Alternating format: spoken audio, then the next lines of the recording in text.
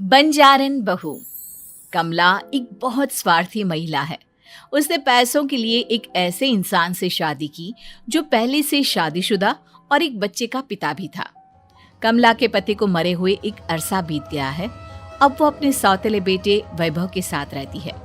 वैभव के दिल में अपनी माँ को लेकर इतना डर है कि वो अपनी माँ के सामने एक शब्द नहीं बोल पाता।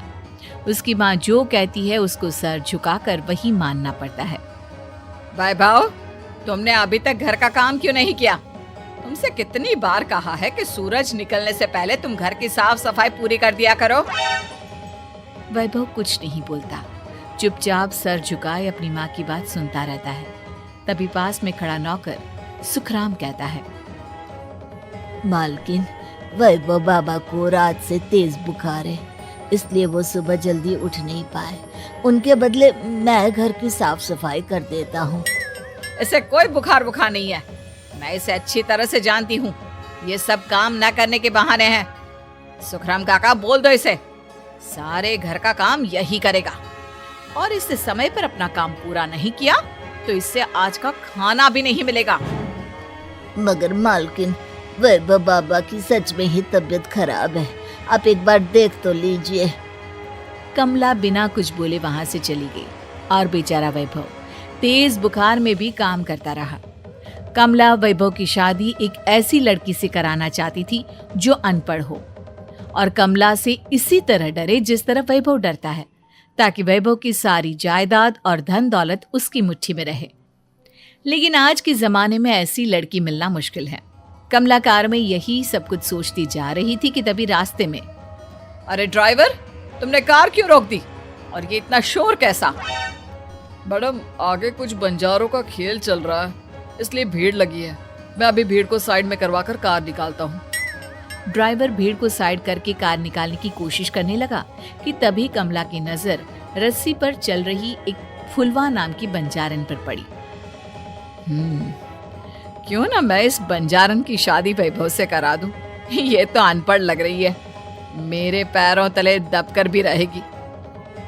मुझे अभी इसके माँ बाप से बात करनी होगी। ये सोचकर कमला ने उन बंजारों से बात की और उन्हें शाम को अपने घर बुलाया। फुलवा के माता पिता वहां उसे लेकर आ गए। उन्होंने इतना आलीशान घर पहले कभी नहीं देखा था। अच्छा हुआ आप लोग आ गए। देखिए, मुझे घुमा फिरा कर बात करने की आदत नहीं है, इसलिए सीधे सीधे मुद्दे पर आती हूँ। मुझे आपकी बेटी बहुत पसंद है। मैं अपने इकलौते बेटे की शादी आपकी बेटी फुलवा से कराना चाहती हूँ। इसके बदले में आप जो चाहो वो ले सकती है। तभी फुलवा की माँ कहती है, ये क्या कह रही है मैम साहब? कहीं आप हमारी गरीबी का मजाक तो नहीं उड़ा रही ना? आप मेरे बेटे से मिल लो। अगर आपको मेरा बेटा पसंद आता है तो मैं कल से ही शादी की तैयारी शुरू कर दूंगी। सुखराम, वैभव को लेकर आओ। फुलवा अपनी माँ के कान में फुसफुसाती है, माँ, कहीं इस मेम साहब का छोरा पागल तो ना है? फुलवा अपनी माँ से बात कर रही होती है कि वैभव वहां आता है। फुलवा उसे देखती ही रह जाती है और उसके माता पिता उसकी शादी तय कर देते हैं। शादी वाले दिन किसी को फुलवा और वैभव की बेमेल विवाह की बात समझ में नहीं आती।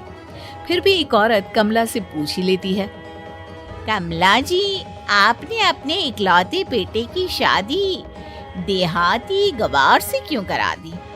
ये बंजारन आपके घर की बहू बनने लायक तो नहीं है।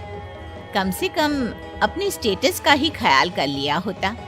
बहू तो अपने टक्कर की लाती, आपने तो बंजारन को ही बहू बना लिया। अब कमला को समझ में नहीं आ रहा था कि इस बात का क्या जवाब दे। वो कुछ देर चुप रही और सोच समझ कर कहती है, बहन जी, आपको तो पता है आजकल के बच्चे किसी की बात कहाँ सुनते हैं। मैं तो अपनी बहू एक पढ़ी लिखी और अपनी सोसाइटी की ही ढूंढ रही थी। लेकिन मेरे बेटे ने मेरे सामने इस बंजारन को लाकर खड़ा कर दिया। बोला कि मैं शादी करूंगा तो इसी से। अब भला मैं क्या करती, मुझे अपने बेटे के सामने झुकना ही पड़ा। कमला की ये बातें सुखराम भी सुन रहा था। उसने ये सारी बातें वैभव को जाकर बता दी। काका, मैं तो फुलवा को जानता भी नहीं, फिर माँ मेरे बारे में झूठ क्यों कह रही है? अरे बेटा, तुम कितने भोले हो, तुम्हें कुछ भी नहीं पता। तुम्हारे पिता अपनी सारी संपत्ति तुम्हारे नाम करके गए हैं। तुम्हारी माँ नहीं चाहती कि ये संपत्ति तुम्हें मिले, इसलिए उन्होंने तुम्हारी अनपढ़ लड़की से शादी करवाई ताकि तुम्हारी तरह वो भी अपने हक के लिए आवाज ना उठा सके। सुखराम काका, मैं क्या करूं, आप ही बताओ। माँ के सामने आते ही मेरे हाथ पैर कांपने लगते हैं। मैं माँ को कुछ भी नहीं कह पाता। वे दोनों बात कर ही रहे थे कि अचानक कमला वहां गई। कमला को देखकर दोनों घबरा गए। तुम दोनों फिर कभी बातें कर लेना, अभी फेरों का समय हो गया है, चलो जल्दी आओ। इस तरह फुलवा और वैभव की शादी हो गई। अगले दिन कमला ने फुलवा को बुलाया और उसे नसीहत देने लगी। देख बंजारन, तुझे मैंने अपनी बहू बना तो लिया है, लेकिन तुझे इस घर में आँख कान मुंह बंद करके रहना होगा। घर का काम कर और अपने पति से मतलब रख, समझी? कमला का ऐसा रवैया फुलवा को बिल्कुल समझ में नहीं आया। उसने वैभव से इस बारे में बात की। सुनिए ना, माँ जी ने जिस तरह मुझसे बात की मुझे अच्छा नहीं लगा। शादी से पहले तो वो मुझसे बहुत अच्छे से बात कर रही थी, लेकिन शादी के बाद उन्हें क्या हो गया? तुम ज्यादा मत सोचो, जैसा माँ कहती है वैसा ही करो। ये कहकर वैभव वहां से चला गया। अगले दिन वैभव को घर के नौकरों की तरह काम करता देख फुलवा को बहुत हैरानी हुई। फुलवा ने इस बारे में सुखराम काका से बात की तो सुखराम काका ने फुलवा को सारी बात बता दी। अब फुलवा को समझ में आ गया कि उसकी सास ने एक बंजारन को बहू क्यों बनाया। एक दिन वैभव घर का काम कर रहा था, तभी उससे कांच की प्लेट टूट गई। किसने गिराई ये कांच की प्लेट? वैभव को वहां खड़ा देख कमला ने छड़ी से उसे मारना शुरू कर दिया। उसके पैर में कांच चुभ गया और खून बहने लगा, लेकिन फिर भी कमला उसे मारे जा रही थी। ये देखकर फुलवा ने कमला के हाथ से छड़ी छीन ली और तोड़कर फेंक दी। बंजारन, तेरी इतनी हिम्मत, तूने मेरे हाथ से छड़ी छीनी? कमला फुलवा को थप्पड़ मारने ही वाली थी कि फुलवा उसका हाथ पकड़ लेती है। ओ सस माँ, मैंने मॉम की गुड़िया ना समझ लियो। बंजारन हो बंजारन, ईंट का जवाब पत्थर से देना जानती हूँ। आज के बाद मेरे या वैभव जी के ऊपर हाथ उठाने की सोचियो भी ना, समझी ससु माँ? ये कहकर फुलवा वैभव को लेकर वहां से चली गई। उसने वैभव के पैर पर पट्टी बांधी, उसके आंसू पोंछे। वैभव ने पहली बार किसी के दिल में अपने लिए इतना प्यार महसूस किया। अब फुलवा वैभव का हर काम में हाथ बटाती, उसका बहुत ख्याल रखती। इस तरह दोनों बहुत ज्यादा नजदीक आ गए। वहीं दूसरी ओर कमला सारी जायदाद अपने नाम करने की साजिश करने लगी। और एक दिन, वैभव, वैभव, जल्दी बाहर आओ। कमला की आवाज सुनकर वैभव और फुलवा अपने कमरे से बाहर आ गए। जी माँ, आपने बुलाया? ये ले, इन कागजों पर साइन कर दे। वैभव कागजों पर साइन करने ही वाला था कि फुलवा वैभव के हाथ से पेन छीनकर कहती है, ना वैभव जी, आप इस पर हस्ताक्षर नहीं करेंगे। आओ बंजारन, मैं तुझसे बात नहीं कर रही। ये बात मेरे और मेरे बेटे के बीच की है। चुपचाप पेन दे दे, नहीं तो तेरी खाल उधेड़ लूंगी। सस माँ, बंजारन की खाल इतनी भी ढीली ना होवे कि कोई भी उधेड़ लेवे। जो यकीन ना आता हो तो देख ले उतार के। और हाँ, बंजारन जरूर हूँ पर अनपढ़ ना हूँ।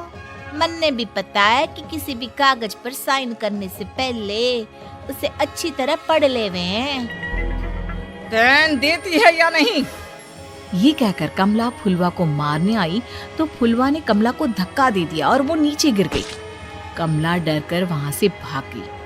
अब फुलवा ने वो कागज उठाए और वैभव के साथ सीधा वकील के पास चली गई। वकील ने वो कागज देखे और फुलवा को बताया, वैभव के पिता की सारी जायदाद और संपत्ति वैभव के नाम है, लेकिन वैभव की सौतेली माँ इस संपत्ति को अपने नाम कराना चाहती है, इसलिए इन कागजों पर वो साइन करा रही थी। तो अब हमें क्या करना चाहिए वकील साहब? वकील ने फुलवा और वैभव को सब कुछ अच्छी तरह से समझा दिया। अब दोनों घर पर पुलिस को लेकर पहुंचे। कमला पुलिस को देखकर घबरा गई। पुलिस ने कहा, आपके नाम की कंप्लेंट हुई है, आपको हमारे साथ थाने चलना होगा। कंप्लेंट? कैसे कंप्लेंट?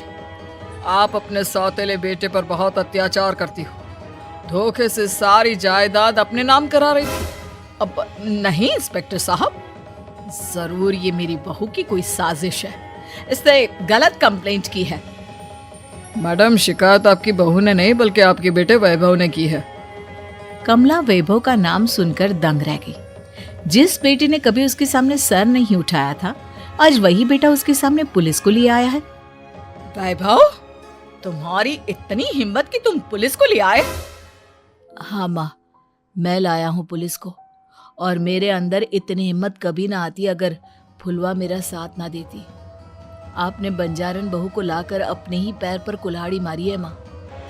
मैडम, अब की बात खत्म हो गई हो तो चलो हमारे साथ। वैभव, मुझे माफ कर दो, मुझे थाने मत भेजो। आज के बाद मैं तुम्हें कभी नहीं मारूंगी, तुम्हें कभी परेशान नहीं करूंगी, मुझे माफ कर दो। वैभव अपनी कंप्लेंट वापस ले लेता है और पुलिस वहां से चली जाती है। वैभव अपनी सौतेली माँ से कहता है, मैंने पुलिस को वापस तो भेज दिया है, लेकिन मैं आपको माफ नहीं कर सकता। आपने बचपन से आज तक कभी मेरे सर पर हाथ नहीं रखा, हमेशा मुझे मारती रही, नौकरों की तरह बर्ताव करती रही। आप इस घर में नहीं रह सकती, चली जाइए यहाँ से। कमला घर छोड़कर चली गई और सड़क किनारे खड़ी होकर सोचने लगी, काश मैंने वैभव को माँ की तरह प्यार किया होता।